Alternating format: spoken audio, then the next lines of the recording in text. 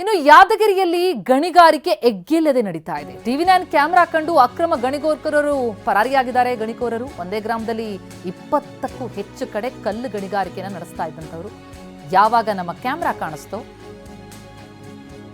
ಪರಾರಿಯಾಗಿದ್ದಾರೆ. ಒಂದೇ ಗ್ರಾಮದಲ್ಲಿ 20ಕ್ಕೂ ಹೆಚ್ಚು ಕಡೆ ಕಲ್ಲು ಗಣಿಗಾರಿಕೆ ನಡೆಸ್ತಾ ಇದ್ರು.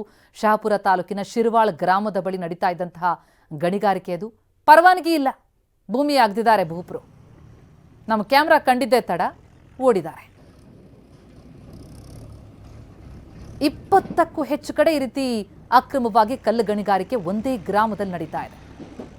ಶಹಾಪುರ ತಾಲೂಕಿನ ಶಿರ್ವಾಳ್ ಗ್ರಾಮ.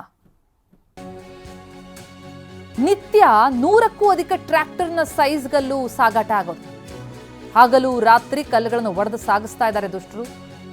ಇದಕ್ಕೆ ಅಂತ ಹೇಳಿ ನೂರಾರು ಕಾರ್ಮಿಕರನ್ನ ಬಳಕೆ ಮಾಡ್ಕೊಳ್ತಾ ಇದ್ದಾರೆ. ಯಾವಾಗ ಈ ಅಕ್ರಮ ಗಣಿಗಾರಿಕೆ ಬಗ್ಗೆ ಸುದ್ದಿ ಸಿಕ್ಕು ಟಿವಿ9 ತಂಡ ಅಲ್ಲಿ ಹೋಯ್ತು, ನಮ್ಮ ತಂಡ ನೋಡ್ತಾ ಇದ್ದಂತೆ ಆ ಸಲಕರಣೆ ಸಮೇತ ಅಲ್ಲಿಂದ ಕಾರ್ಮಿಕರು ಕಾಲ್ಕೆತ್ತಿದ್ದಾರೆ. ನೋಡಿ, ದೃಶ್ಯಗಳಲ್ಲಿ ನೋಡ್ತಾ ಇದ್ದೀವಿ. ಕಲ್ಲು ಗಣಿಗಾರಿಕೆ ನಡೀತಾ ಇತ್ತು. ಈ ರೀತಿ ಸುಮಾರು 20ಕ್ಕೂ ಹೆಚ್ಚು ಕಡೆ ನಡೆಯುತ್ತೆ.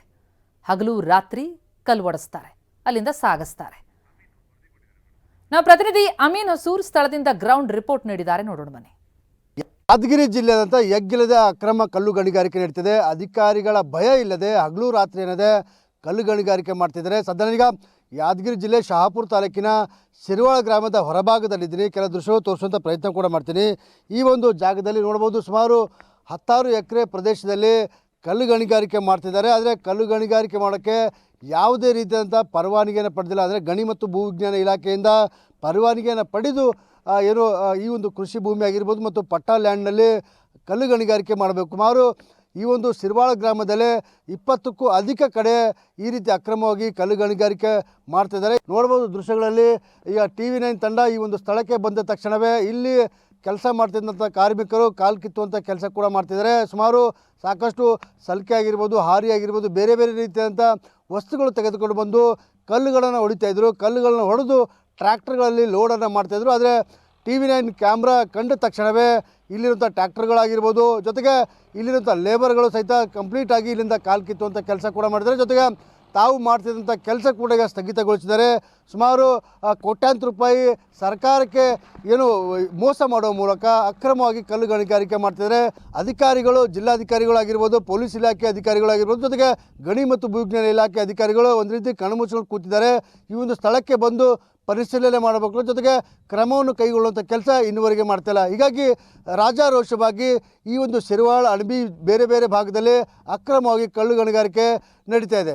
ಕ್ಯಾಮ್ರಾಮನ್ ಶಿವಶಂಕರ್ ಜೊತೆ ಅಮೀನ್, ಟಿವಿ9 ಯಾದಗಿರಿ.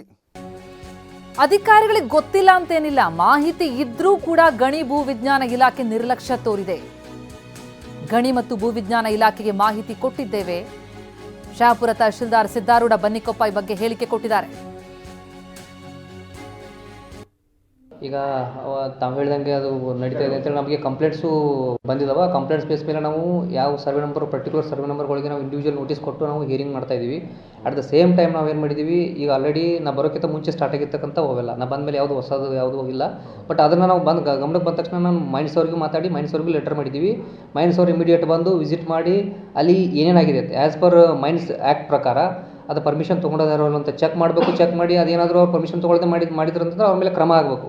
ಒಂದೇದು. ಎರಡನೇದು, ಮತ್ತು ಅದು ಯಾವ ಬೇಸ್ ಮೇಲೆ ಅವರು ತೆಗೆದಿದ್ದಾರಲ್ಲ ಅದಕ್ಕೆಲ್ಲ ಪರ್ಟಿಕ್ಯುಲರಾಗಿ ನೀವು ಮೈನ್ಸಿಂದ ರಾಯಲ್ಟಿ ಏನು ಫೀಸ್ ಇರ್ತೈತಲ್ಲ, ಫೈನ್ ಇರ್ತೈತಲ್ಲ, ಅದನ್ನು ನೀವು ಕಟ್ಸ್ಕೋಬೇಕಂತ ಹೇಳಿದ್ದೀನಿ. ನಿನ್ನೆ ಬಂದು ವಿಸಿಟು ಮಾಡ್ಕೊಂಡು ಹೋಗಿದ್ದಾರೆ ಅವರು.